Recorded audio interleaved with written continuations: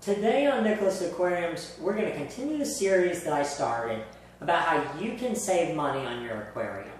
Now, if you haven't seen the first video in this series, you can click the annotation, and that will take you to how you can save money by avoiding certain types of chemicals for your aquarium.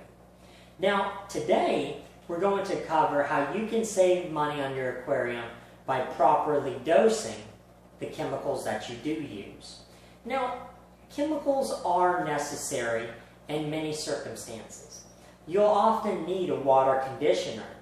A water conditioner will detoxify chlorine, chloramines, and heavy metals in our water supply and make it safe for our fish.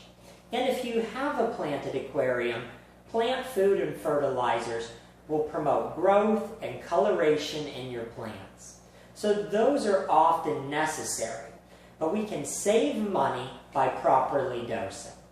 Now, how many times have you went to go get a bottle of a liquid solution and the measurements and the directions read something like 1 capful for 50 gallons or 1 capful for 60 gallons? Well, what if you have a 5-gallon aquarium and the capful is very small? What if you have a larger aquarium like 90 gallons and you're trying to figure out how to dose? Well, that's why on my Twitter account this week, @NicolasAquarium, I recommended using a dropper. Now, the reason I recommended the dropper was because it's what I use. I only recommend products that I personally use. And the reason I use the dropper is because with my 55-gallon tank, sometimes it's hard to properly dose. It's hard to find out, make sure that you're putting the exact amount in. Sometimes it says each thread on the cap is good for 10 gallons. Well, I want to make sure that I'm treating enough and not going overboard with my treating. If you don't treat enough of a water conditioner, you can harm your fish, you can harm your beneficial bacteria population in your aquarium, and that can cost you money. But if you treat too much, that can also have negative impacts. And in terms of plant food, having too much nutrients in your aquarium can lead to algae blooms. And also, dosing too much of a solution like Flourish Excel can harm bottom-dwelling fish and sensitive fish, fish that need a lot of oxygen in their water. Some examples of these are Corydoras. And I've learned along this hobby that those points are both true.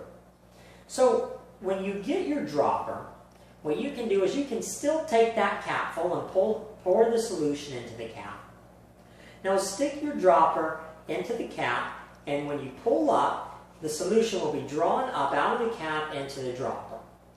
What I do is I go ahead and draw the whole cap full up in here, and then you can look at the numbers on the side of the dropper, and it will be either 1 to 10 in many times, or 0.1 to 1.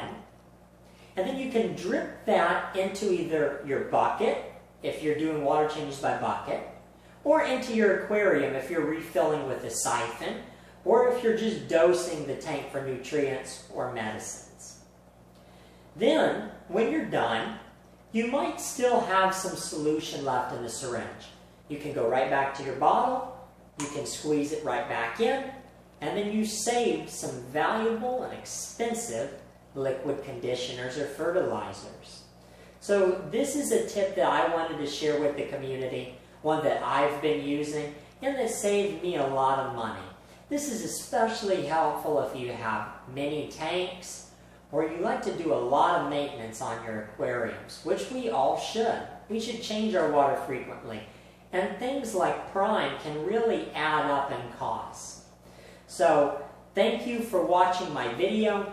If you've noticed this last week, I've been doing a lot of work on my Twitter account, my Instagram, and also my Google+. The links will be in the description below. I'd love for you to follow me.